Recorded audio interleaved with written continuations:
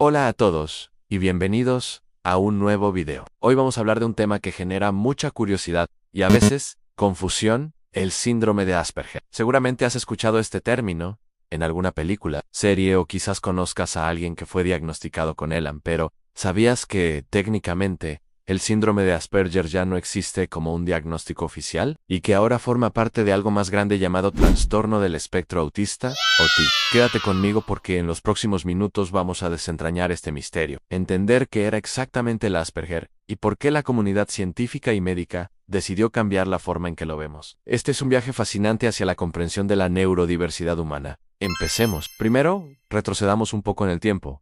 ¿Qué era el síndrome de Asperger? Fue descrito por primera vez por el pediatra austriaco Hans Asperger en los años 40, aunque su trabajo no se popularizó hasta mucho después. Él observó a un grupo de niños que tenían una inteligencia y un desarrollo del lenguaje aparentemente típicos, pero que mostraban dificultades significativas en la interacción social y tenían intereses muy específicos y absorbentes. Los describió como pequeños profesores por su capacidad para hablar de sus temas favoritos con un nivel de detalle impresionante, casi como si dieran una conferencia. Las características principales que definían el diagnóstico de Asperger incluían, en primer lugar, dificultades persistentes en la comunicación e interacción social. Esto no significa que no quisieran socializar, sino que les costaba entender las reglas no escritas de la conversación. Cosas como interpretar el lenguaje corporal, el sarcasmo, las ironías o mantener el contacto visual podían ser un verdadero desafío. Podían parecer directos, a veces hasta el punto de la brusquedad,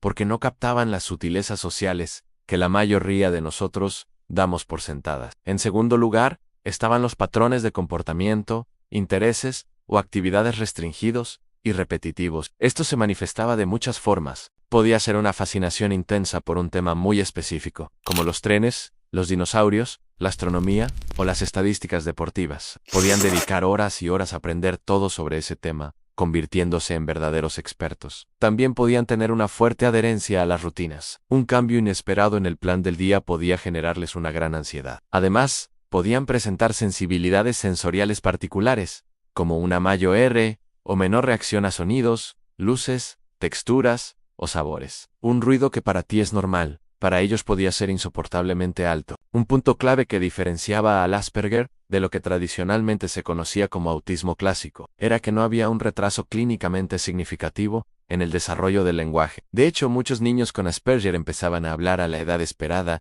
y a menudo desarrollaban un vocabulario muy rico y una forma de hablar muy formal o pedante para su edad. Tampoco había un retraso significativo en el desarrollo cognitivo. Su inteligencia solía estar en el rango promedio o incluso por encima del promedio. Así que, en resumen, teníamos a personas inteligentes, con un buen lenguaje, pero con serias dificultades para navegar el mundo social y con intereses muy intensos y definidos. Durante años, este fue un diagnóstico separado y muy conocido dentro de los trastornos del desarrollo. Muchas personas se identificaron con él y les ayudó a entender por qué se sentían diferentes. Sin embargo, ¿por qué cambió todo? La respuesta está en la evolución de la ciencia y la psiquiatría. En 2013, la Asociación Americana de Psiquiatría publicó la quinta edición de su Manual Diagnóstico y Estadístico de los Trastornos Mentales. Junto con él, desaparecieron otros diagnósticos como el trastorno autista y el trastorno desintegrativo infantil. Todos ellos fueron absorbidos bajo un único paraguas, el trastorno del espectro autista, o TI.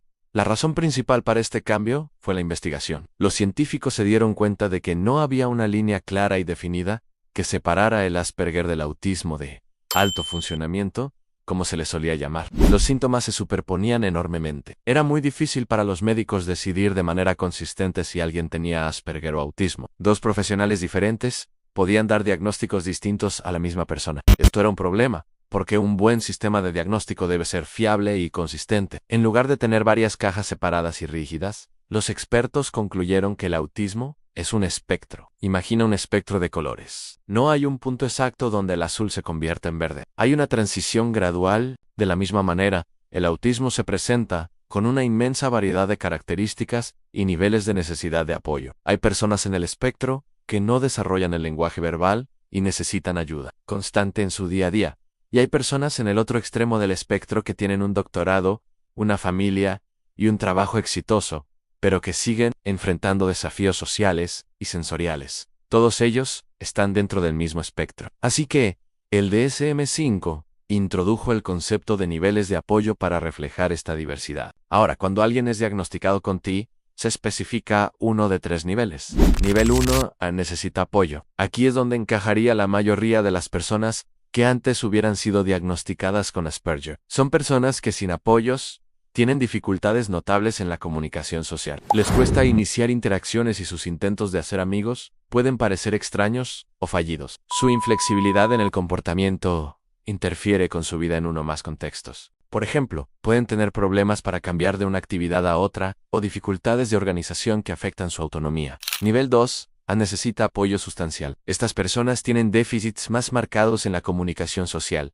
tanto verbal como no verbal. Sus dificultades son aparentes incluso con apoyos. Suelen tener intereses muy restringidos y comportamientos repetitivos que son obvios para cualquier observador y que interfieren con su funcionamiento en muchas situaciones. Nivel 3. Necesita apoyo muy sustancial. Aquí encontramos a personas con déficits muy severos en la comunicación que afectan gravemente su vida. A menudo tienen un lenguaje verbal muy limitado o nulo. Sus comportamientos repetitivos e inflexibles interfieren de forma muy significativa en todos los ámbitos de su vida. Este sistema de niveles es más descriptivo y útil. En lugar de solo poner una etiqueta, se centra en las necesidades reales de la persona. Permite crear planes de apoyo mucho más personalizados. Ya no es cuestión de si es Asperger o es autismo, sino de qué nivel de apoyo necesita esta persona en el área social y en el área de comportamientos restringidos para poder prosperar. Ahora bien, es muy importante entender algo, que el diagnóstico de Asperger ya no se dé, no significa que las personas que lo recibieron hayan dejado de existir o que sus experiencias no fueran válidas. Todo lo contrario. Muchas personas adultas que fueron diagnosticadas con Asperger siguen identificándose con ese término. Para ellas, Asperger o Aspi es parte de su identidad, una palabra que les dio respuestas y una comunidad. Y eso es totalmente respetable. El cambio es para los nuevos diagnósticos, no para borrar la historia personal de nadie. De hecho, la comunidad autista es muy diversa en sus opiniones. Algunos prefieren el término autista, abrazándolo como parte de su identidad neurodivergente. Otros siguen prefiriendo persona con Asperger porque sienten que describe mejor su perfil específico de fortalezas y desafíos, especialmente la ausencia de discapacidad intelectual o retraso en el lenguaje. No hay una forma correcta o incorrecta de autoidentificarse. Entonces, ¿qué le decimos a alguien que hoy presenta las características que antes llamábamos Asperger?